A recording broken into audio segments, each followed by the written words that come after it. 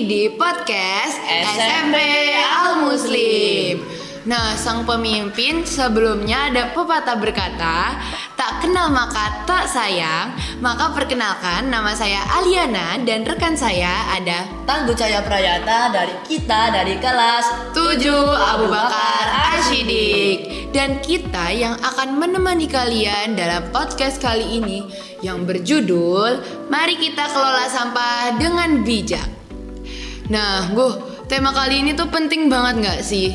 Iya dong, di tema kali ini tuh kita akan mempelajari lebih dalam tentang bagaimana mengelola sampah dengan bijak. Bener banget selain kita dianjurkan untuk buang sampah pada tempatnya, kita juga dianjurkan untuk mengelola sampah dengan bijak. Tapi kamu tahu gak sih manfaat mengelola sampah dengan bijak? Pastinya tahu dong, manfaat mengolah sampah dengan bijak itu banyak banget. Contohnya tuh kayak mengurangi polusi udara, tanah, dan air. Kemudian menghemat sumber daya alam. Terus Stop. Nah, maka dari itu di sebelah kita sudah ada narasumber hebat yang akan menjawab pertanyaan-pertanyaan dari kita, Halo Bapak, Assalamualaikum. Waalaikumsalam warahmatullahi wabarakatuh. Sebelumnya gimana kabar Bapak? Alhamdulillah baik. Perkenalkan, nama saya Bapak Edi Sunarto. Kebetulan saya sebagai Ketua TPS 3R Wadaroriki Desa Wadung Asri. Iya, selama ini kami yang mengelola sampah di TPS 3R Wadung Asri. TPS 3R Wadung Asri. Alhamdulillah baik ya Pak. Nah, Bapak ini kan seorang ketua di TPST Wadung Asri. Kira-kira sudah berapa lama Pak TPST ini beroperasi dan juga Bapaknya menjabat sebagai ketua di TPST Wadung Asri ini? Terima kasih. Kebetulan TPST Wadung Asri itu mulai dibangun mulai tahun 2019, tapi baru aktif di tahun 2023. 2020. Selama 2023 itu saya menjabat sebagai ketua TPS. Ketua TPS. Dari 2023. Ya. Berarti Bapak sudah lama ya membantu warga-warga Wadung Asri ini untuk mengelola sampah gitu? Ya cukup lumayan lah. Ya mungkin dari berawal dari sampah liar, terus akhirnya dari pihak Pemdesnya itu ya, dari desa itu dibangunkan TPS itu. Berawal dari itu akhirnya sekarang sampah yang di Wadung Asri bisa kita kelola. Itu sampai sekarang berdirinya TPST 3R. Nah, kalau boleh bertanya nih Bapak, apa suka duka Bapak dan tim selama bertugas di TPST Wadung Asri? Gini. Jadi ke TPS 3R yang khususnya di Wadung Asri itu emang sosial. Jadi kita enggak, kalau dikatakan suka duka, banyak sukanya. Nah kalau duka itu kebetulan kalau kita mikir masalah duka itu kita tiap hari bau sampah. Tapi karena kita itu merasa sosial, jadi duka itu hilang gitu ya. Membantu kita enjoy orang sekitar aja, ya. Dukanya jadi senang ya. Nah gitu betul. Jadi kita intinya kita membantu warga untuk masalah sosialnya tadi. Jadi dukanya tuh hilang karena membantu warga gitu ya. Karena kita berangkat dari rasa sosial itu tadi. Gitu. Benar. Oh iya Bapak, TPST ini kan adalah sebuah wadah yang melaksanakan kegiatan pengumpulan, pemilahan, pendauran ulang, dan pemrosesan akhir sampah. Bagaimana alur pengumpulan dan pengolahan sampah di TPST Wadung Asri, Pak? Jadi alur sampah itu berawal dari warga. Benar. Dari warga kita ambil, ada tim khusus ya kayak penggeledek itu pengambil, nanti dibawa ke TPS. Nah, setelah di TPS diturunin. Nah di TPS itu sendiri ada karyawan yang pemilah istilahnya. Pemilah. Jadi setelah turun dari gerobak itu tadi, itu langsung dipilah sama tukang pilah. Jadi dipilah yang misalnya botol, yang botol plastik itu termasuk organik sama non organik. Kalau organiknya itu kayak sayur, terus kayak buah-buahan yang busuk, itu kita giling, nantinya buat pupuk. Nah, terus kalau yang kayak botol, kaleng-kaleng bekas, terus kardus, itu kita manfaatkan. Jadi kita manfaatkan, kita jual bisa, menghasilkan uang ya Pak. Menghasilkan uang. Benar. Nah, kan alurnya itu kan lumayan panjang ya Pak. Kira-kira ada berapa petugas di TPST Wadung Asri yang membantu mengelola itu Pak? Ya, untuk Desa Wadung Asri itu ada 8 RW. 8 RW. Jadi satu RT, satu RW itu ada 2 orang. 2 orang penggeledek gitu. Jadi setiap hari kita ngambil penggeledek itu. Gitu. Kalau sudah nyampe di TPS nanti yang dipilah, kalau yang nggak bisa dipilah kita bakar. Bakar. Makanya teknik bakar ya. Tekniknya masih bakar, belum teknologi yang canggih belum, karena kita terbatas dengan peralatan. Nah Pak, kalau kata Bapak tadi kan di sana kan dipilah ya. Nah kebetulan di sekolah kami tentunya pembuangan sampah itu sudah dipilah menjadi 3 ya Guh ya. Benar banget, ada kertas, plastik, sama organik. Benar. Nah, apakah dengan sekolah kita itu yang sudah mengolah sampah dengan seperti itu bisa membantu warga TPST Wadung Asri gitu? Sangat membantu sekali ya kalau ini termasuk, makanya ini kami mewakili dari desa itu kalau ada acara kayak gini ini termasuk edukasi. Benar. Jadi untuk kaum muda seperti ini ya, anak-anak ini ya, jadi udah sangat membantu sekali kalau udah dipilah-pilah. Jadi untuk TPS-nya itu nggak begitu overload nantinya kalau ke sana kan gitu. Nah tuh dengerin sang pemimpin, dengan kita mengolah sampah dengan seperti itu kita sudah membantu warga TPST Wadung Asri. Benar sekali. Jadi buang sampah pada tempatnya ya. Benar. Nah, Pak, ini kalau kan tadi kan sudah dibagi menjadi 3 jenis. Nah, ini kan ada lagi ya Pak, jenis sampah elektronik yang biasanya tuh susah untuk atau sulit untuk didaur ulang gitu Pak. Dikurai gitu. Benar. Bagaimana cara Bapak dan tim itu untuk mengelola dan mengatasi itu? Sampah elektronik. Kalau sampah elektronik emang nggak begitu banyak sih sebetulnya kalau di kampung-kampung. Iya, ada beberapa aja sih sebetulnya. Kalau sampah elektronik itu biasanya yang boxnya itu kayak model TV gitu ya. TV itu boxnya kita jual masih bisa laku. Tapi kalau komponen kita apa itu istilahnya? Tanam. Nah, kita tanam itu.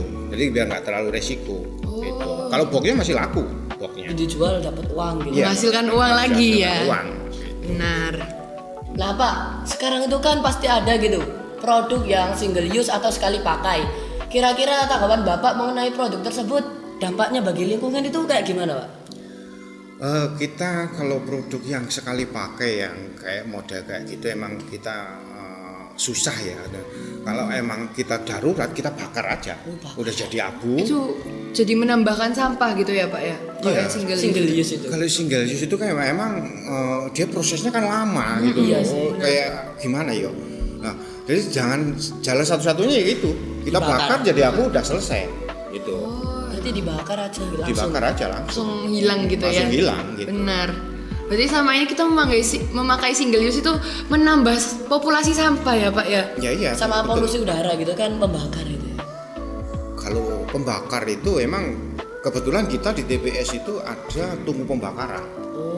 Ada tungku pembakarannya, itu teropongnya tinggi sampai 16 meter. Oh, selama ini yang saya lihat itu pembakaran sampah. Pembakaran sampah itu ada. Kita punya di TPS Wadung Asri punya 2 pembakaran, yang satu elektronik, yang satu manual. Kalau yang elektronik itu pakai listrik, pakai blower kayak gitu ya. Kalau nanti ada airnya yang nyemprot, jadi naik itu untuk apa itu apa istilahnya ya, udaranya itu yang keluar itu asapnya nggak hitam.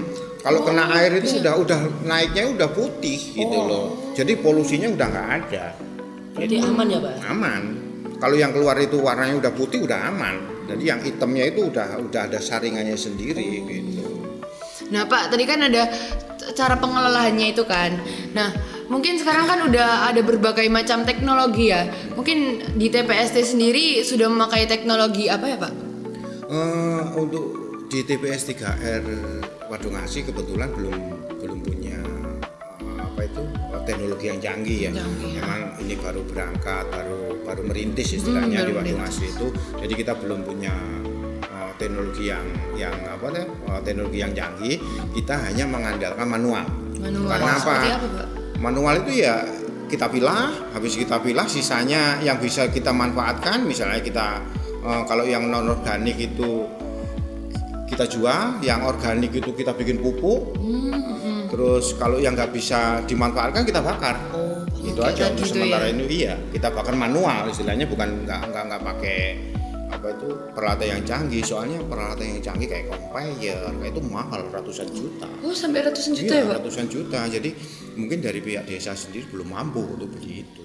Gitu. Nah, berarti kita tuh juga dihimbau juga untuk bisa mengurangi sampah ya, Pak ya? Ya, emang edukasi dari warga khususnya untuk anak-anak ya, kaum muda itu kalau bisa kita harus bisa menjaga ya lingkungan kita, terutama untuk masalah sampah. Sampah ini kan sebetulnya momok bagi kita, mungkin seluruh benar-benar. dunia. Iya, Tapi iya. kalau kita gitu menyikapi dengan baik, sampah itu sebetulnya sangat bermanfaat dan menghasilkan uang. Nah, benar. kebetulan ini Menghasilkan di uang. Wadongasih itu mau dicanangkan istilah sampah emas. Sampah emas sang Itu pemimpin. program itu nanti rencana mau berjalan itu udah ada dukungan dari Pak Lurah. Istilahnya sampah emas itu gini. Jadi nanti warga kayak ibunya itu ya. Itu buang sampah. Nah, nanti botolnya itu disisakan. Ada misalnya ada botol ya habis minum, botolnya itu jangan dibuang sampah, nanti disisakan sendiri sama apa itu kayak kardusnya disisakan sendiri, kalengnya sisakan sendiri. Nanti tim penggeledek itu datang, nanti bawa timbangan gitu. Terus ditimbang misalnya ada 2 kilo. Kalau 2 kilo 1.500 misalnya botol. Itu dicatat. Gitu, dicatat nanti di kantor ditulis Ibu Ani misalnya nih 1.500 hari ini.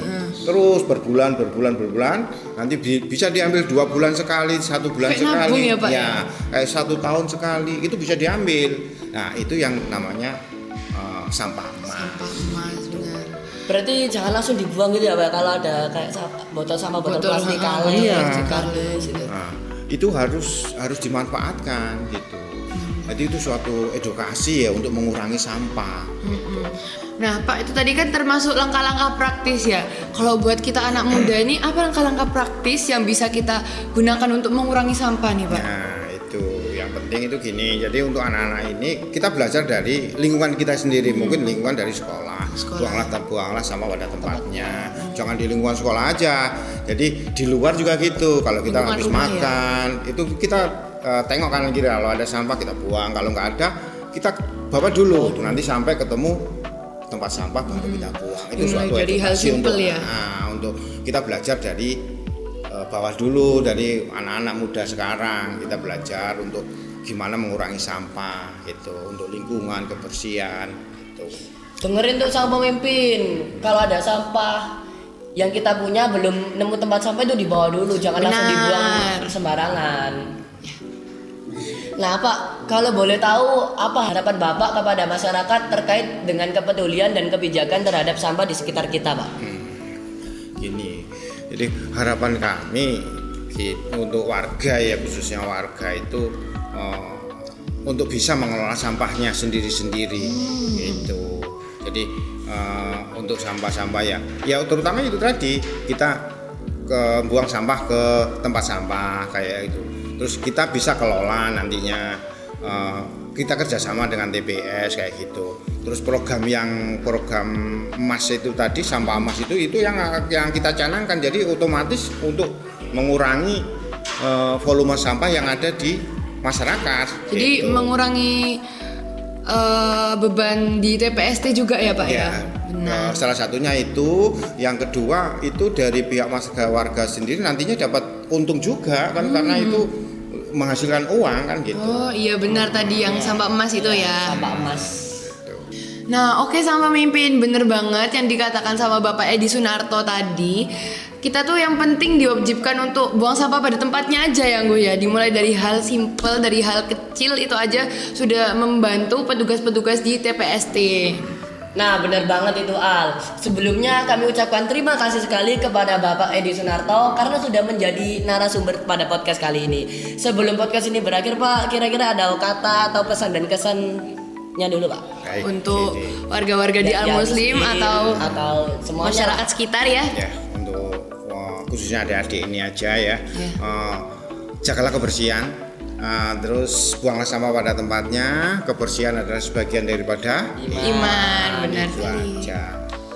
Terima kasih. Oke, terima kasih Bapak. Dan kita juga berterima kasih kepada sang pemimpin yang telah mendengarkan podcast kali ini. Saya Aliana. Dan saya Tangguh selaku host Pamit undur diri. Wassalamualaikum warahmatullahi wabarakatuh.